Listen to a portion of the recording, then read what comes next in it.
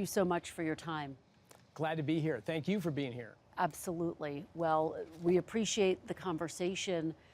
Let's dive right in with the big picture. If you are sitting at home in the United States, why should people in America care about what you're doing here in Venezuela? Yeah, I think it's a great example of this groundbreaking diplomacy of President Trump. You know, Venezuela has been spiraling downhill for 25 years. Traditional efforts have really led to no progress. And in fact, the problems for Americans in crime and drugs, illegal immigration, increased risks in the Caribbean neighborhood, a lot of downsides to that. And President Trump's entirely unconventional way, here we are at a pivot point of history, a dramatic transformation of the condition in Venezuela. No American troops here, no taxpayer dollars being spent.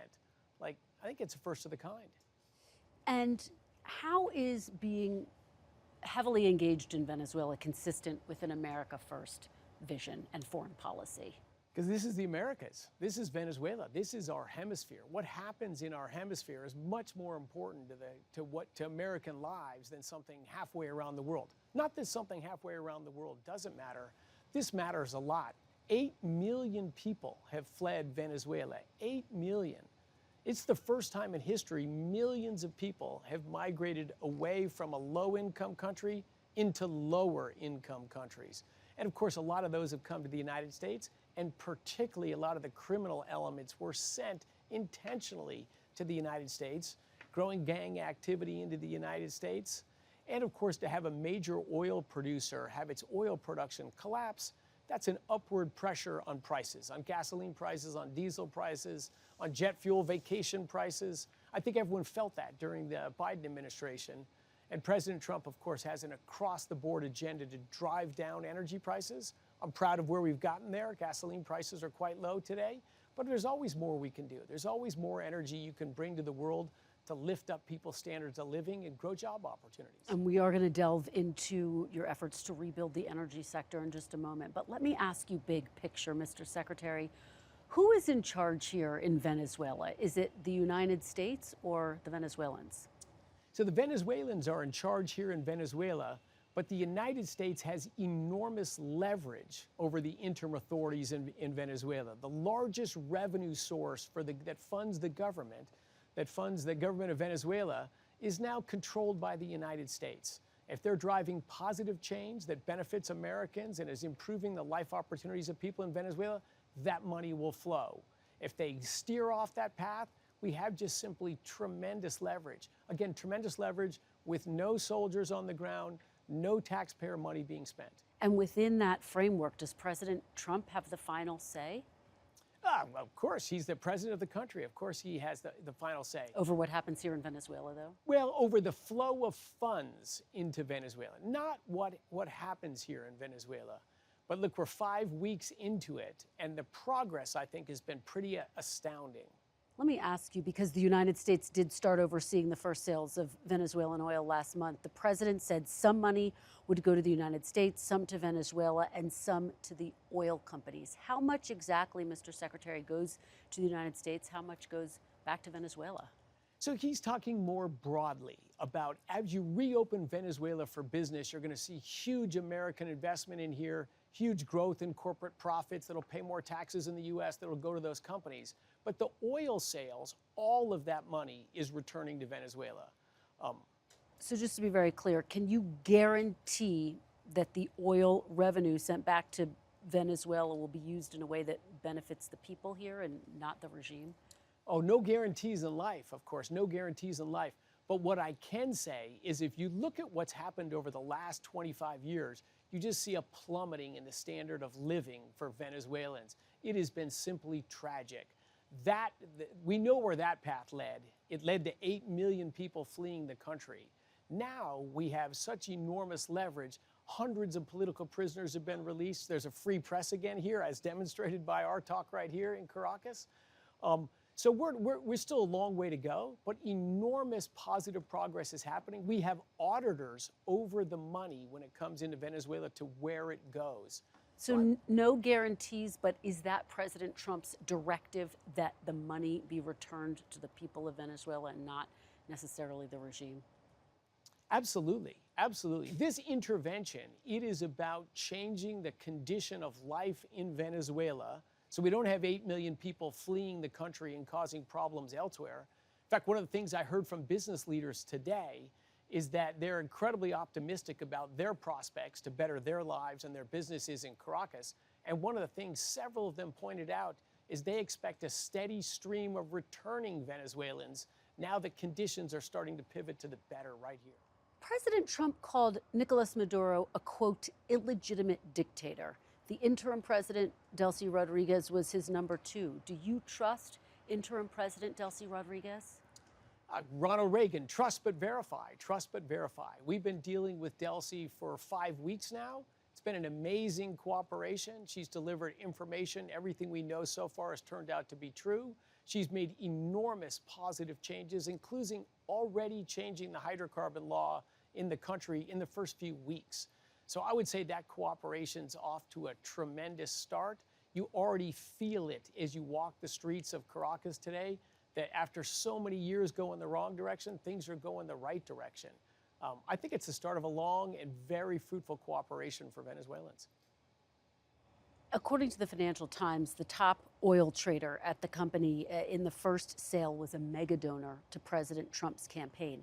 Do you think it's appropriate for a mega donor to benefit from the sale of oil here in Venezuela? Oh, the choice of the oil traders has absolutely nothing to do whether anyone donated to President Trump or knows President Trump or doesn't like President Trump. I made a very simple decision to engage the 2 largest oil traders in the world who also could move quickly. You know, this operation launched on a Monday, and we had $500 million in a bank account on Friday. Obviously, oil doesn't move and get to refineries that fast, but we did it to get maximum geopolitical leverage here in Venezuela, that we get money in a bank account quickly, we could start to improve the conditions in Venezuela, prevent it from being a failed state, and start going on a positive trajectory. But does that create an optics problem to have a mega donor benefit from the oil sales here in Venezuela? Oh, these oil trader companies are gigantic. These sales of oil they're going to do in Venezuela, it'll be a rounding era in the profitability of these companies, and certainly had nothing to do with that. You know, you could find business everywhere that has a connection or gave money to someone. I can assure you, as someone who made that decision, had absolutely nothing to do. I didn't even know that fact you just gave me. That's news to me. But no choices that we make on energy and business and the way we do policy has anything to do with who donated to who. But we know, as you just cited, that the first sale was for $500 million. What right does the United States have to that oil? Well, we didn't take that oil. We sold that oil, and we returned those funds to Venezuela. As I said, President Trump's iconoclastic. He looked at traditional diplomacy, sanctions, taking off sanctions, threatening this, carrots here and there, and we haven't seen meaningful progress in Venezuela for 20 years. He said, hey, look, let's use commerce and trade and particularly energy to change the trajectory of the country, and amazingly, it's working. So you're saying from that first oil sale, $500 million, that all of the money went back to Venezuela? Correct. And what about the oil? Oh, the oil is going to refineries in the United States. Some of it's actually going to Europe. Right. And what right does the United States have to that oil? This was a discussion we had with the leaders of Venezuela. We put a quarantine on their oil to stop them from exporting oil. They've been under sanctions for many years. Their oil was sanctioned through most of the Biden administration. They just never enforced the sanctions. So all we did was say, step up. If you're going to have sanctions, you better enforce them. Well, we started to enforce the sanctions, and they said, let's talk.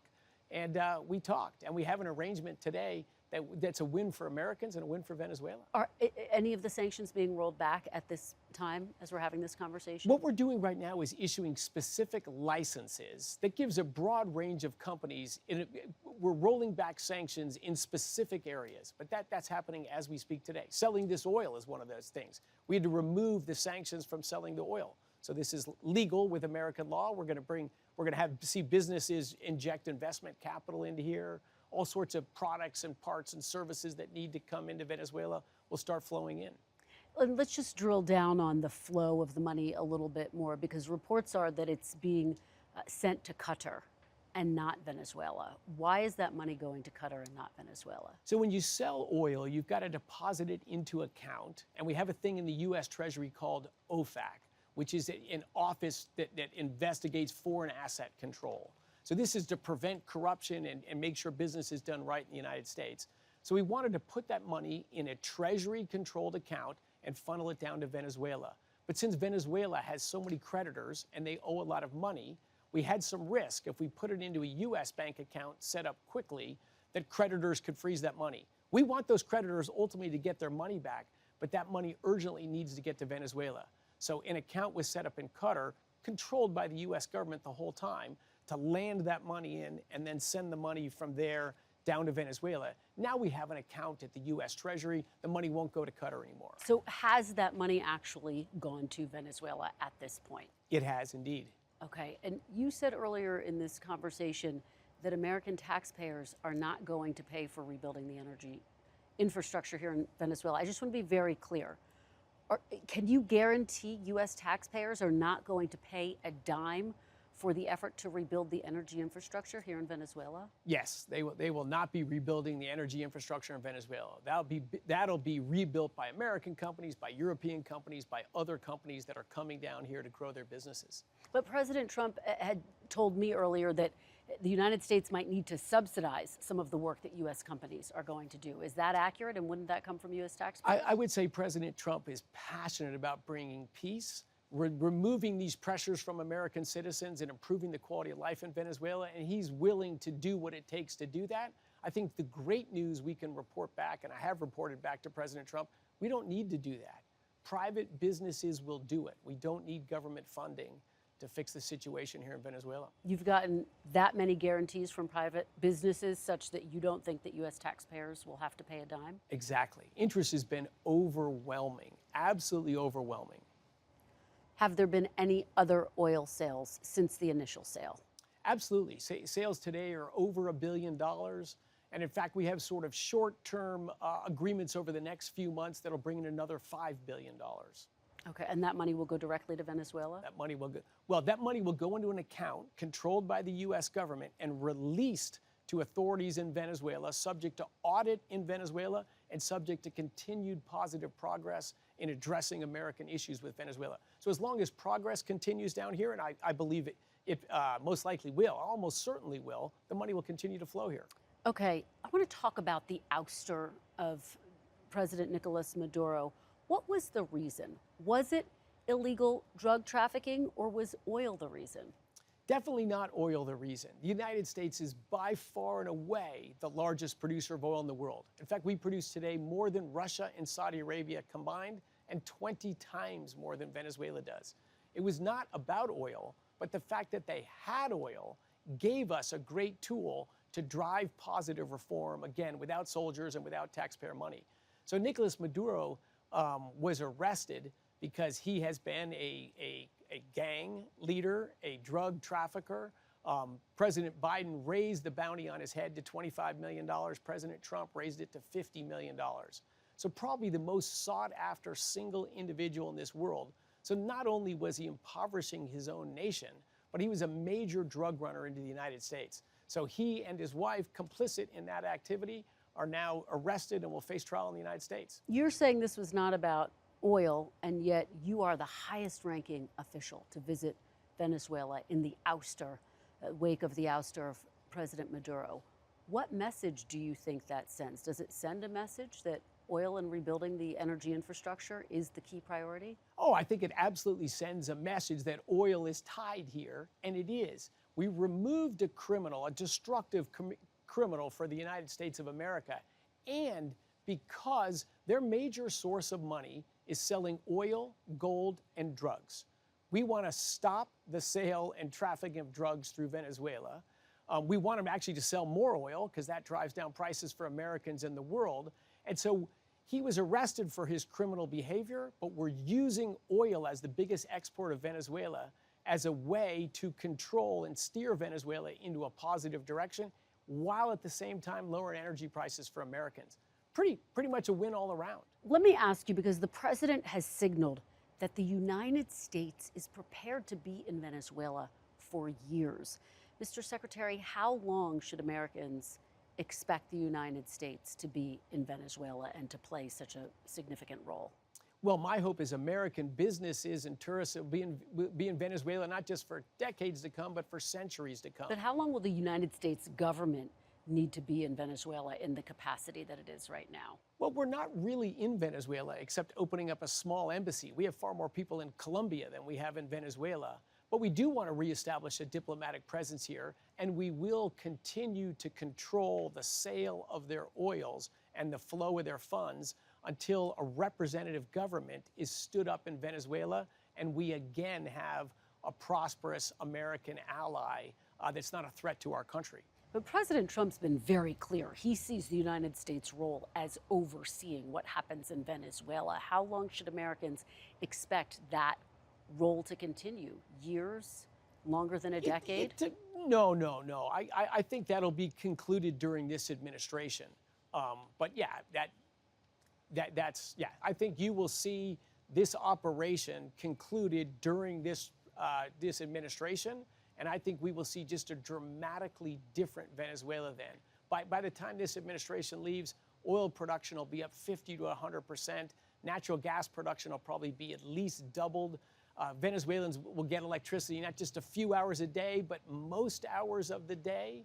We'll see incomes rising. You'll see millions of Venezuelans returning to this country. And you'll see this northern part of South America, again, a prosperous, peaceful, American allied region of the world. We all, of course, saw President Trump meeting with oil executives at the White House about a month ago. And he talked about his plan to have them invest in remaking Venezuela's oil industry. Have any of those CEOs committed to the president's plan? Oh, absolutely. Absolutely. How many? Well, the incumbent, all of the incumbent players, Chevron is in the midst of large expansion plans down here, huge amount of capital, dramatic growth in their oil production, pretty aggressive move for a big, tamer company. A lot of the smaller entrepreneurs that were in that room and dozens more that were not in that room are coming down to Venezuela, are gathering data, are figuring out what their niche is going to be. Where can they add value? How can they do business? The great thing about the oil and gas business is it's done in 120 countries all over the world.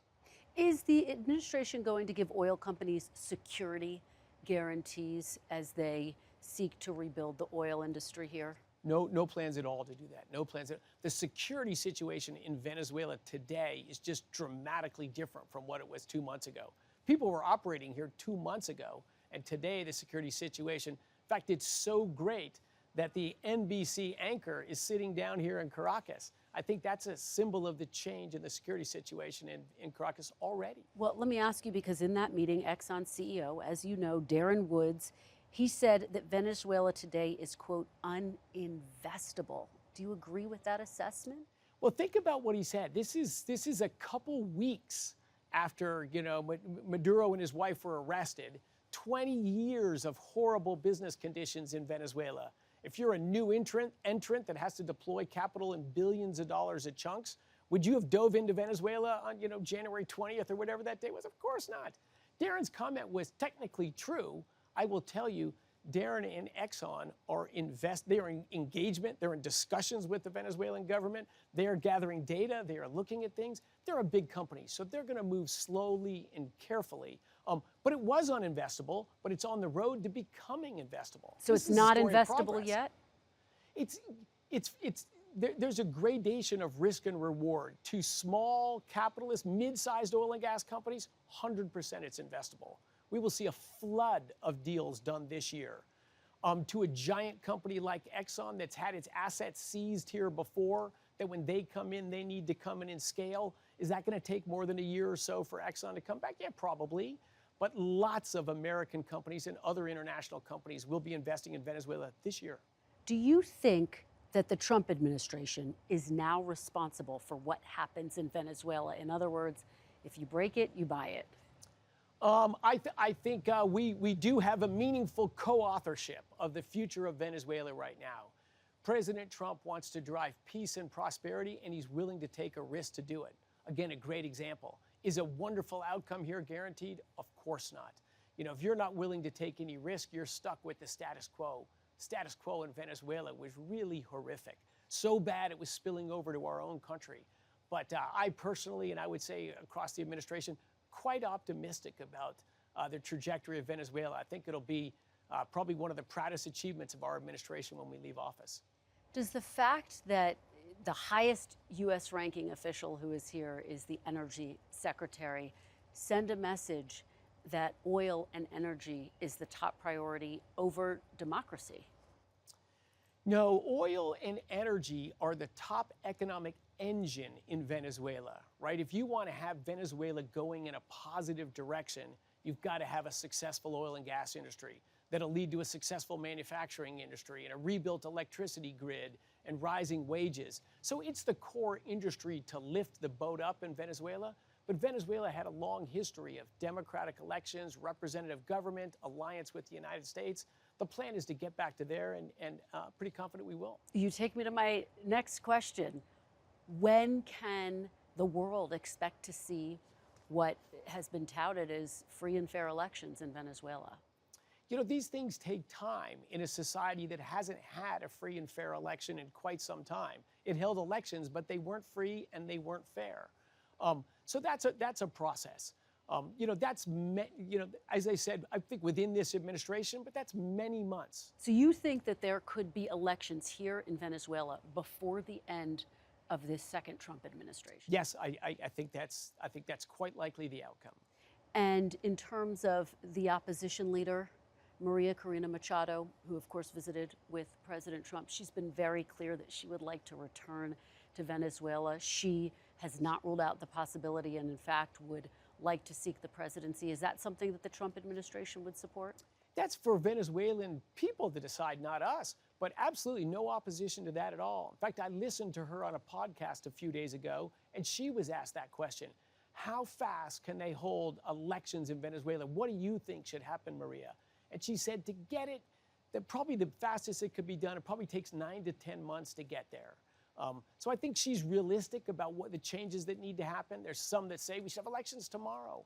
Like those have no chance of being free and fair. So it is a question of a process to get there. And ultimately what the long-term political leadership in Venezuela is going to be, it's going to be up to the Venezuelans.